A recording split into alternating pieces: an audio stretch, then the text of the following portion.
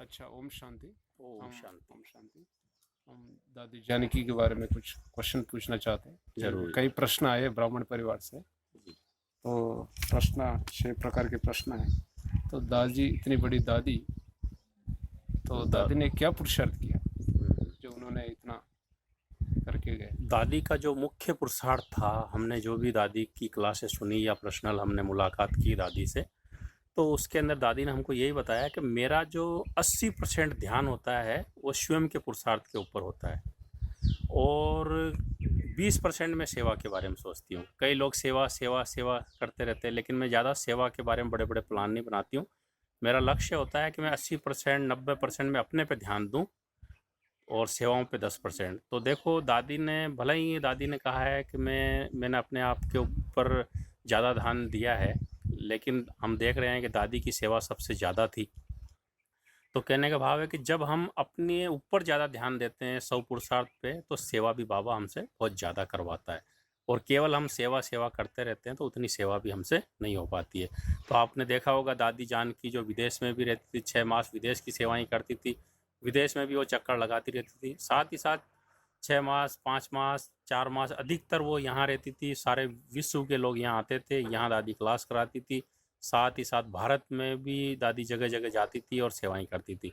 मतलब विदेश में रहते हुए भी दादी ने सबसे ज़्यादा सेवाएं की है, ये देखने में आया। और किस बात की अटेंशन रखती थी दादी हर पल, दादी, सेवा में होते हुए भी हाँ, दादी का 100 पुरुषार्थ अटेंशन के प्रति? सब के ऊपर ध्यान रहता था कि मैं अपने ऊपर ध्यान रखूं, मतलब अपने योग के चार्ट के ऊपर ध्यान दूं, अपने चरित्र के ऊपर ध्यान दूं, जो बाबा श्रीमत दे रहा उसके ऊपर ध्यान दूं। 100 पुरुषार्थ पे दादी का ज़्यादा ध्यान रहता था, और सेवा पे दादी ज़्यादा सेवा सेवा का चिंतन नहीं करती, लेकिन सबसे ज़्यादा सेवा करती थी। ये हमने उनसे सीखा। सीखा। तो इतनी बड़ी दादी, क्या फिर से अपवित्र से उनका जन्म होगा?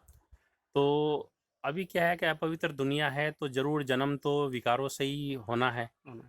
लेकिन बाबा ने कभी एक बार संदेश में बताया था दीदी के टाइम पे, तो किसी ने पूछा था कि दीदी के लिए कहा था खूब योग करो, तो सब ने योग किया। फिर बाबा को बोला किसी ने कि बाबा, अभी आपने बोला इतना योग करो, हमने इतना योग भी किया, फिर भी दीदी ने शरीर छोड़ दिया, तो क्या अब ये योग बेकार गया? तो दादी ने बाबा ने उस टाइम पे कहा था कि देखो, योग बेकार नहीं गया है, लेकिन दीदी जहाँ जाने वाली है, तो जो आप ब्राह्मण योग कर रहे हो, वो योगदान उसके गर्भ को जाता है। दीदी को योगदान की जरूरत नहीं होता है, लेकिन जहाँ दीदी जा रही है उस गर्भ को जाता है, जिससे वो गर्भ पवित्र होता है। और पवित्र होने से 3 प्रकार से ये गर्भ पवित्र होता है, क्योंकि पवित्र आत्मा हो चुकी है, अब उनको गर्भ भी पवित्र होगा। लेकिन अभी पवित्र दुनिया तो नहीं है कि योग बल से कोई गर्भ तैयार होंगे। तो उसमें बताया कि 3 प्रकार से मतलब गर्भ पवित्र होता पवित्र है। हो गया। कैसे होता है? एक प्रकार तो ये है कि जो ब्राह्मण योगदान दे रहे हैं उससे होता है।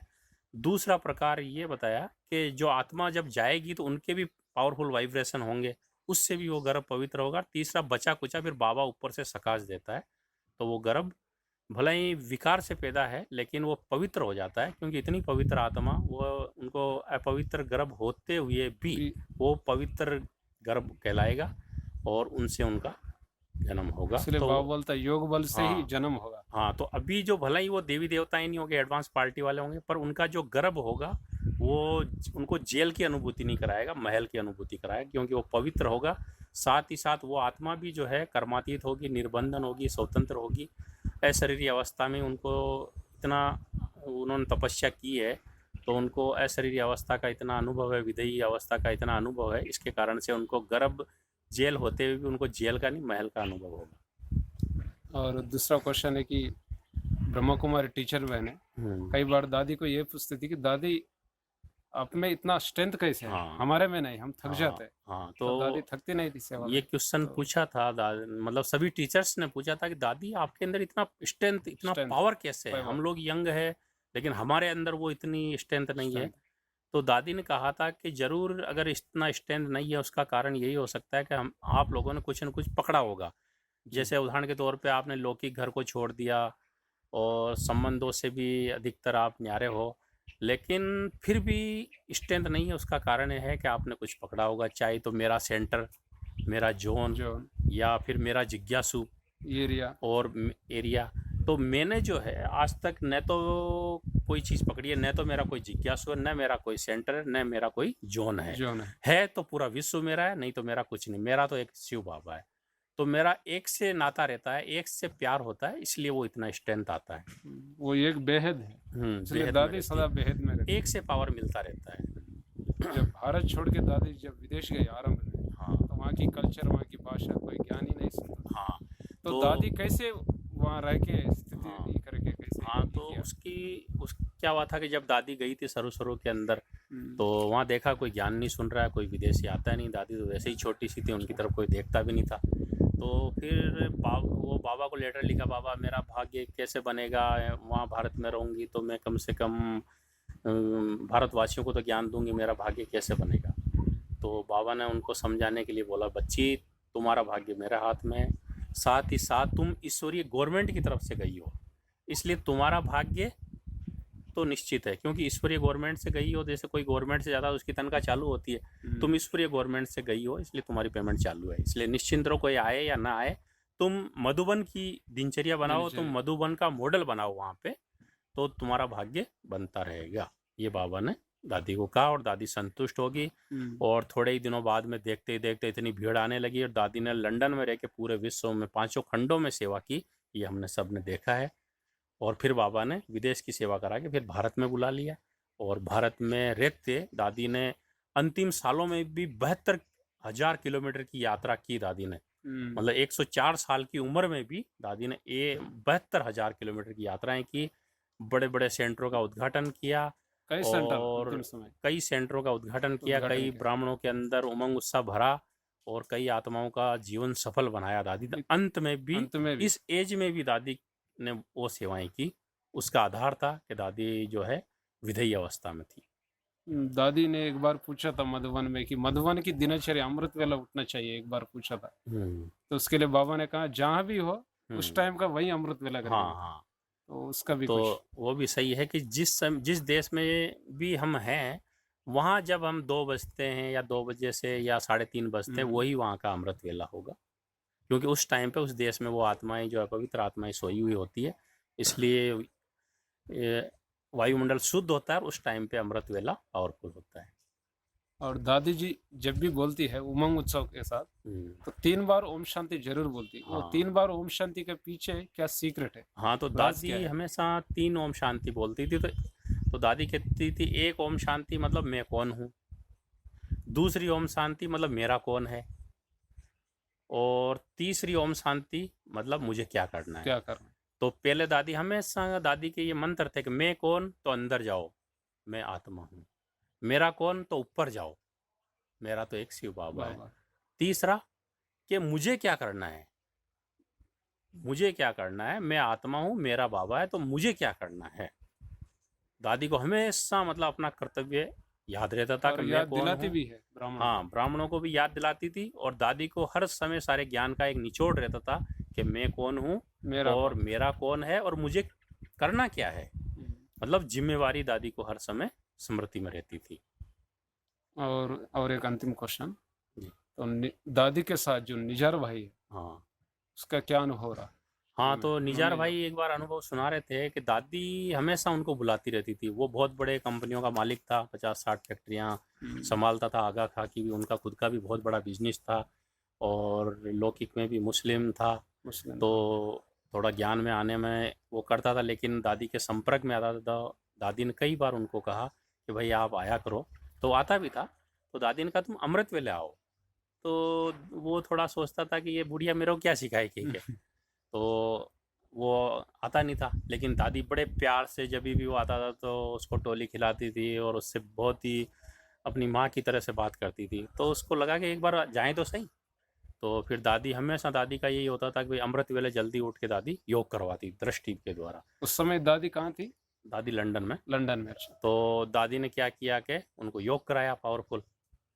तो जब योग कराया तो दादी मतलब निजार भाई को एकदम अशरीरीपन का अनुभव हो गया। एक अल्लाह की अनुभूति होगी, रूह की, हाँ रूह की अनुभूति होगी, परमात्मा की अनुभूति होगी। तब से उसको निश्चय बैठ गया। मतलब दादी भला ही अंग्रेजी में नहीं भी बोलती थी उस टाइम पे, लेकिन दादी ने पावरफुल दृष्टि दी। उस दृष्टि के द्वारा उसको सोल कॉन्शियस का भी अनुभव हो गया, साथ में कॉन्शियस का भी अनुभव हो गया, और वो एकदम उसके अंदर वो समर्पणता की भावना आ गई।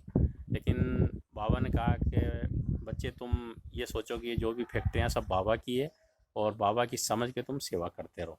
तो अफ्रीका खंड में भी निजार भाई ने बहुत अच्छी सेवाएं कराई थी। तो ऐसे मतलब दादी अमृत वेले अनेक धर्मों के लोगों को दृष्टि देके और योग का अनुभव कराती थी, बाबा के समीपता का अनुभव कराया। और इस प्रकार से दादी ने इतनी कम पड़ी हुई होते हुए भी पूरे विश्व के अंदर बाबा का झंडा लहराया और आध्यात्मिकता की एक ललक जगाई। विश्व का सबसे स्थिर मन कहलाता था दादी जानकी का। तो दादी इतना व्यर्थ से मुक्त थी कि दादी का जो मन था वो विश्व का सबसे स्थिर मन था।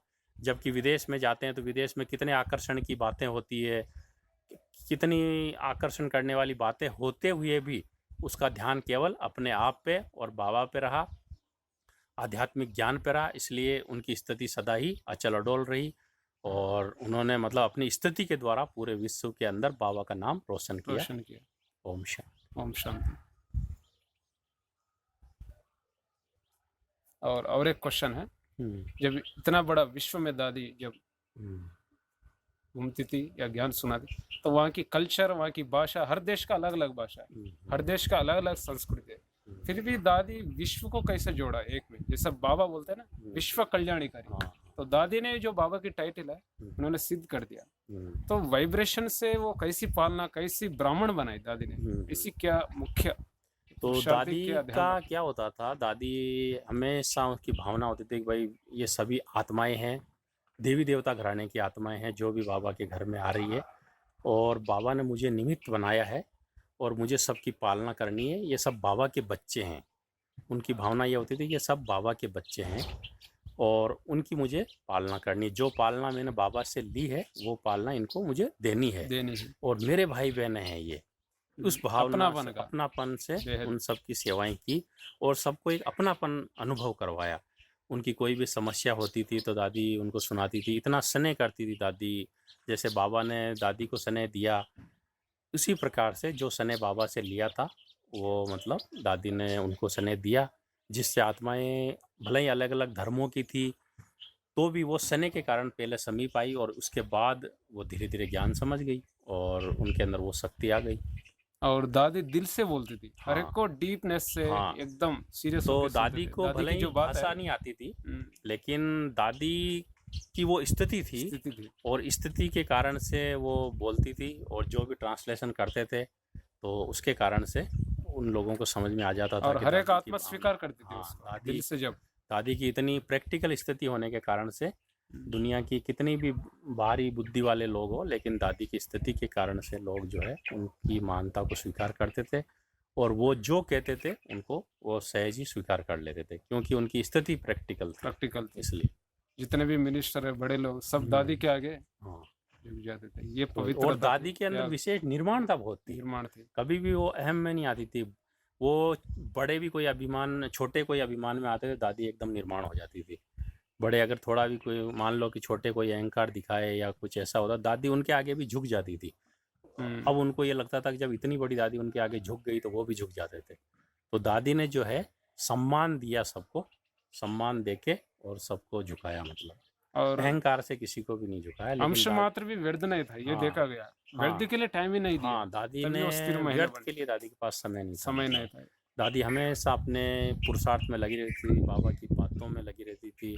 व्यर्थ के लिए दादी के पास समय नहीं था, और अगर कोई व्यर्थ बात भी करता था तो दादी को बिल्कुल भी पसंद नहीं आता था।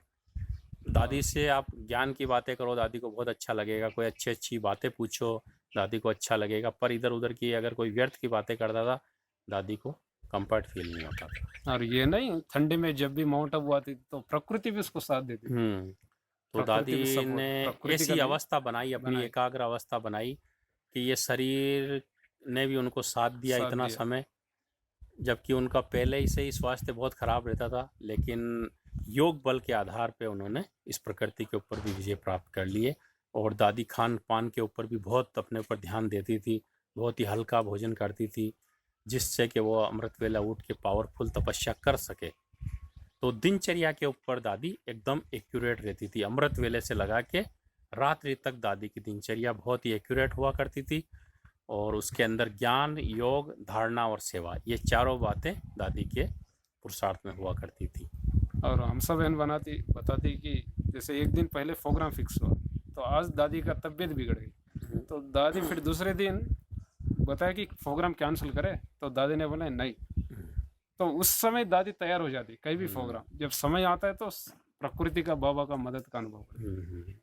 तो वो त्याग भावना, वो सच्चाई, दादी एक शब्द नहीं बोलती, सच्चाई और सफाई, हाँ, सादगी, तो ये बार बार दादी के ये हर दादी के महावाक्य जीवन सुनने में को था, सच्चाई थी। आज मान लो कि दादी देखो इतनी कम पढ़ी लिखी होने के बाद भी बाबा ने उसको आगे क्यों रखा, उसका कारण था दादी के अंदर सच्चाई थी, सफाई थी, सच्चाई, सफाई और सादगी। उसके कारण से दादी बहुत टाइम तक तो दादी आईना भी नहीं देखती थी, इतना एक और कि भाई ज़्यादा कपड़े लत्ते पहनने से खोलने में पहनने में टाइम लगता है, इसलिए वो सिंपल रहती थी, अपनी तपस्या में मगन रहती थी। वो नहीं बोलती थी खुशी से, जेब हाँ, खाली, हाँ, सफेद कपड़ा, हाँ, सफ़ेद कपड़ा, जेब खाली, हम है विश्व के विश्व मालिक। का मालिक। तो ये दादी नशा जो है, दादी एक पेनी भी इधर से उधर नहीं करती, जो कुछ भी आता था वो सब बाबा की सेवा में लगाती थी। इसके कारण से लोग दादी पे बहुत ही विश्वास करते थे और दादी को यज्ञ सेवा के लिए जो भी देते थे कि भाई इससे दादी जो है अपने प्रति यूज न करके विश्व सेवा के प्रति दादी ने यूज किया है। दादी ने अपने प्रति बहुत कम से कम यूज किया।